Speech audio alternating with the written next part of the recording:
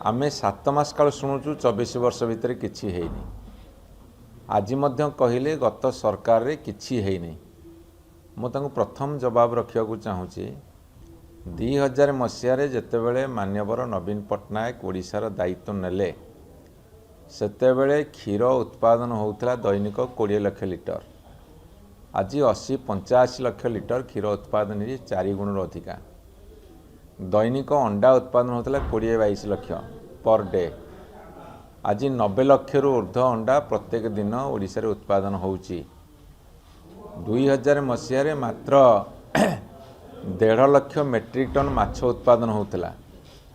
जेतेबेले 24 मसीह सरकार छाड़िले सेतेबेले आपणकर 10 रु 11 लाख मेट्रिक टन माछ उत्पादन होउची। जोड़ी 1.5 लाख टन माछ उत्पादन होता वर्ष को सेठी 10 रु 11 लाख मेट्रिक टन उत्पादन होउची।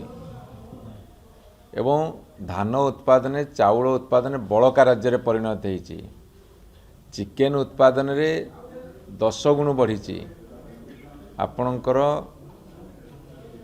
जो पनीपरिया वेजिटेबल्स खाद्य शस्य 50 लाख मेट्रिक टन उत्पादन होता बेले 24 वर्ष भितर ताकू 150 लाख माने 3 गुण उत्पादन बढ़ी। जो सरकार केंद्र रे 11 वर्ष धरी चली। आमर तत्कालीन सरकार को 6 थर कृषि कर्मण पुरस्कार देइछंती। कृषि विभाग केवल अन्य विभाग रे बहुत अवार्ड देइछंती।